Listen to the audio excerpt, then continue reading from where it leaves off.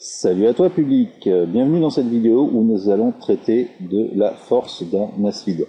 Donc je vais te proposer deux exemples. Le premier exemple, ce sera un acide faible, l'acide éthanoïque, et le deuxième exemple, ce sera un acide fort, l'acide bromhydrique. Donc dans les deux cas, on va étudier une solution dont le volume est de 50 ml et la concentration apportée en acide est de 2,5 10-3 mol par litre. Alors je parle bien de concentration apportée, parce que là, on va traiter d'un domaine dans lequel les transformations ne sont pas forcément totales. Donc le premier couple que nous allons étudier est un couple concernant un acide faible. C'est l'acide éthanoïque et sa base conjuguée ion éthanoate. Donc cet acide éthanoïque, on va le faire réagir avec de l'eau. Donc forcément de l'eau en tant que base, hein. Je te rappelle la définition, un acide c'est une espèce chimique capable de céder un proton, une base une espèce chimique capable d'en accepter un. Donc l'acide éthanoïque ne peut réagir qu'avec l'eau en tant que base. Donc le couple dont l'eau constitue la base, c'est l'ion oxonium et l'eau en tant que base conjuguée. Donc l'équation de transformation est la suivante, mais ça je t'invite à regarder les vidéos précédentes pour établir les équations de transformation lorsqu'on a des transformations acido-basiques. Donc là, on va établir le tableau d'avancement.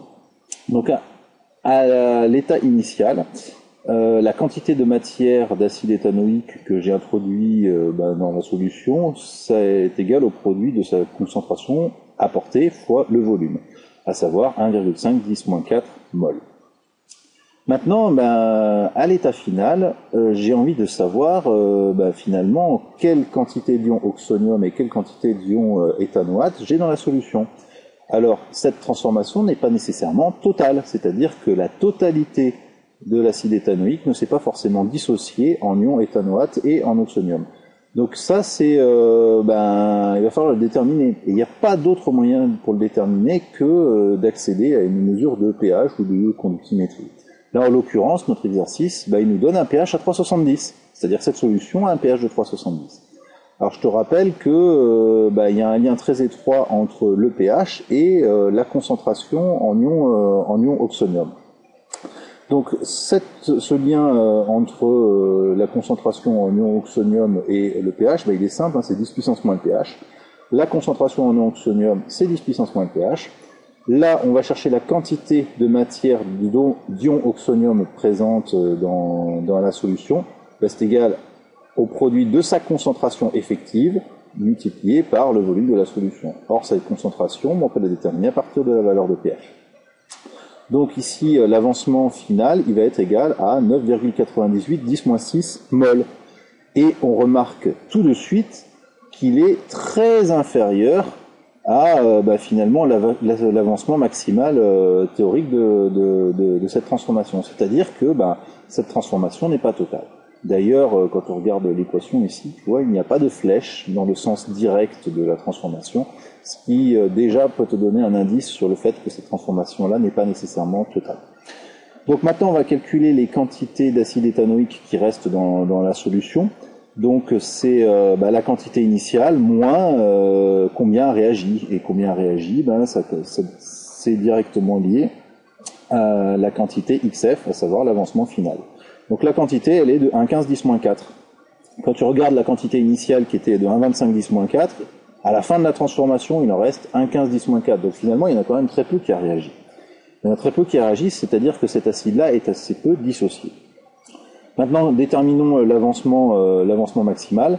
Comme l'acide éthanoïque est en solution aqueuse, l'eau est un solvant et donc en très large excès. Et donc notre avancement maximal sera égal, évidemment, on va le calculer juste après, au produit de la concentration apportée par le volume de la solution. Alors on va calculer le Ka de ce couple. Donc la constante d'acidité, c'est une constante de réaction entre l'acide et l'eau.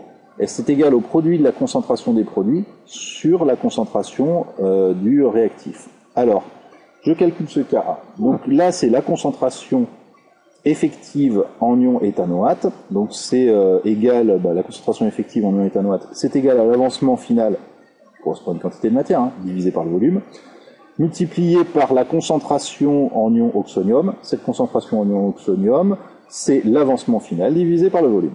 Ok. La concentration en acide éthanoïque effective à la fin de la transformation chimique, bah, c'est égal à CFV moins XF, ça c'est une quantité de matière, que je divise par V.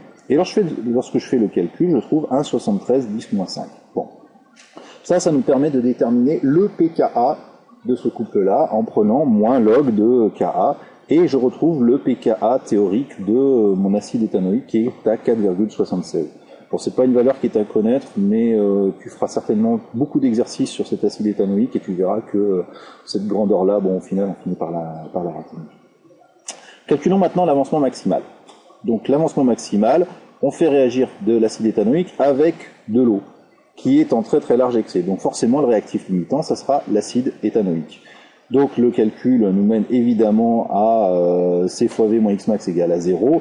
Donc on a l'avancement maximal qui est égal à 1,25 10-4 mol. Donc calculons maintenant l'avancement final. L'avancement final, bah, j'en ai déjà parlé tout à l'heure, hein. On peut le déterminer à partir du pH qui est lié à la concentration H3O+. L'avancement final, c'est la concentration effective en ion oxonium multipliée par le volume, à savoir 10 pH fois le volume, et on est à 9,98 10-6. Maintenant, il y a une grandeur qui permet finalement de savoir si la réaction est totale ou pas. Bon, là on le sait très, très rapidement parce que on s'aperçoit que l'avancement final est très inférieur à l'avancement maximal. Mais c'est bien de pouvoir avoir un indicateur sur le pourcentage finalement de dissociation de cet acide. Et quand on regarde le pourcentage de dissociation de cet acide, on va faire le calcul de ce que l'on appelle le taux d'avancement, c'est-à-dire le ratio de l'avancement final sur l'avancement maximal. Et on est à 8%, c'est-à-dire que grosso modo, il n'y a que 8% des molécules d'acide éthanoïque qui se sont dissociées lors de cette transformation. Donc ça, c'est ce qui va caractériser finalement le fait que cet acide va fournir relativement peu d'ions oxonium dans la solution. Donc ça, c'est assez important de bien comprendre ça lorsqu'on va avoir une transformation acido-basique. Elle n'est pas forcément totale, voilà. Et c'est le cas de notre acide éthanoïque qui est un acide faible. Alors, comment est-ce qu'on détermine si l'acide est faible ou fort? Eh bien, grâce au pKa. Donc, je vais revenir sur une des diapos précédentes où on va reparler du pKa et même du Ka. Si la dissociation finalement de mon acide est faible, s'il se dissocie peu, je vais avoir peu de H3O+, et peu de CH3CO- par rapport à la quantité d'acide éthanoïque qui va rester. Donc en gros, cette concentration-là sera petite, celle-là petite, et puis celle-là plus importante. Donc on s'attend à avoir un produit de numérateur qui est petit et un dénominateur qui est plus grand. Donc une valeur finalement de Ka qui est relativement petite. Et c'est le cas ici, on est à 1,73 10-5. Donc qui dit une valeur de constante d'acidité petite dit un pKa élevé. Donc ça, plus le pKa d'un acide sera élevé et plus ce sera un acide faible. Voilà. Parce que finalement, ces concentrations-là seront petites au regard de la concentration d'acide qui reste en solution. Alors maintenant, ce que je te propose d'étudier, c'est un acide fort, pour voir la différence finalement entre le comportement en solution d'un acide faible et d'un acide fort. Donc l'acide fort que je te propose d'étudier, c'est l'acide bromhydrique. Donc le couple, il est le suivant, c'est HBr, Br-, et on va faire réagir toujours cet acide bromhydrique avec de l'eau. Donc avec de l'eau en tant que base, pour donner finalement l'ion oxonium et l'ion bromure ici. Donc on va toujours partir comme dans le premier exemple, avec une solution dont la concentration apportée est de 2,5 10-3 mol et une solution dont le volume est de 50 ml.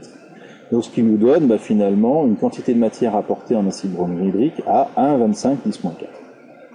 Ce coup-ci, lorsque l'on mesure le pH de la solution, le pH de cette solution est bien inférieur au pH de la solution d'acide éthanoïque. Et lorsque l'on va calculer finalement la quantité d'ion oxonium présente dans la solution à l'issue de la dissociation de l'acide bromhydrique, on va trouver 1,26 10-4. C'est-à-dire que pour une même concentration apportée, Ben, l'acide bromhydrique, il s'est plus dissocié. Il s'est même, on va le voir juste après, il s'est complètement dissocié, ce qui fait que pour une même concentration apportée, il a apporté beaucoup plus d'ions oxonium, il a créé beaucoup plus d'ions oxonium dans la solution. Et s'il y a beaucoup d'ions oxonium, eh ben le pH va diminuer parce que le pH est directement lié, directement lié à cette concentration en oxonium. Plus il y a d'ions oxonium, plus le pH est faible. Calculons maintenant la quantité d'acide bromhydrique qui reste en solution. Donc là, si notre avancement maximal est à 1,26 et que la quantité initiale est à 1,25, alors ça, ces légers écarts sont liés aux incertitudes sur la mesure du pH, parce qu'ici on va déterminer une concentration à partir d'une mesure de pH. Et je ne sais pas si tu l'as déjà remarqué, mais comme une faible variation de pH ici a de fortes incidences sur la valeur de la concentration, l'incertitude de mesure sur l'appareil peut faire que on a l'impression que l'avancement final va être supérieur à l'avancement maximal, ce qui n'est évidemment pas le cas. Donc là, ici, la quantité d'acide bromhydrique qui va rester à l'état final va être très proche de 0, car finalement cet acide c'est complètement dissocié. Pour l'avancement maximal, c'est comme l'exemple précédent. Alors, on va exprimer la constante d'acide de l'acide bromhydrique, la constante d'acidité de l'acide bromhydrique.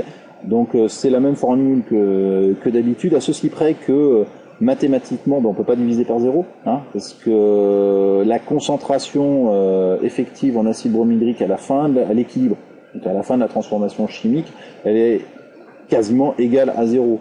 Donc ce qui veut dire que le dénominateur ici serait égal à 0 et que donc ce calcul-là n'est mathématiquement pas possible. Bon, quoi qu'il en soit, le pKa de l'acide bromhydrique est à moins 9. Il est à moins 9, donc il est bien plus faible que celui de l'acide éthanoïque, il était à 4,7. Parce que cet acide bromhydrique, c'est un acide que l'on va qualifier de fort. Il est complètement dissocié en solution aqueuse. Alors, si on fait le calcul de l'avancement maximal, il est à 1,25. L'avancement final de la transformation, 1,25 10 moins 4 également. Si la réaction, est-ce qu'elle a été totale ou pas, on va faire le même calcul que précédemment, à savoir calculer le taux de dissociation, à savoir XF sur Xmax. Et là, on est à 100%.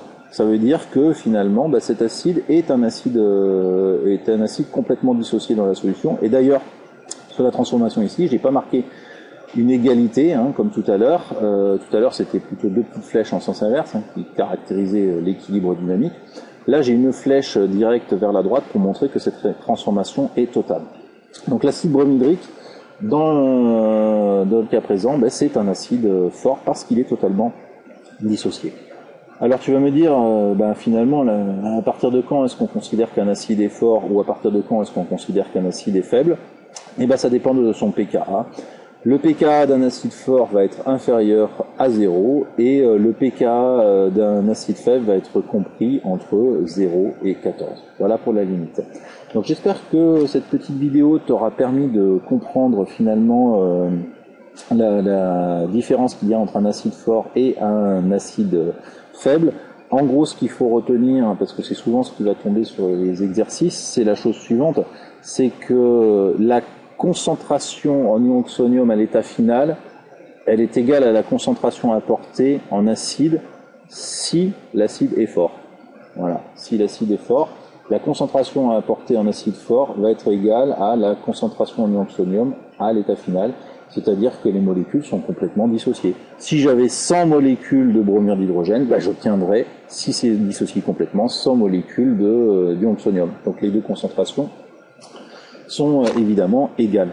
Ce qui n'est pas le cas dans un acide faible parce que il n'y a qu'une partie des molécules d'acide apportées qui vont se dissocier et on aura une quantité d'ion oxonium bien inférieure à la quantité d'acide apportée initialement. Voilà, écoute, j'espère que cette vidéo t'aura aidé et puis je te dis à très bientôt.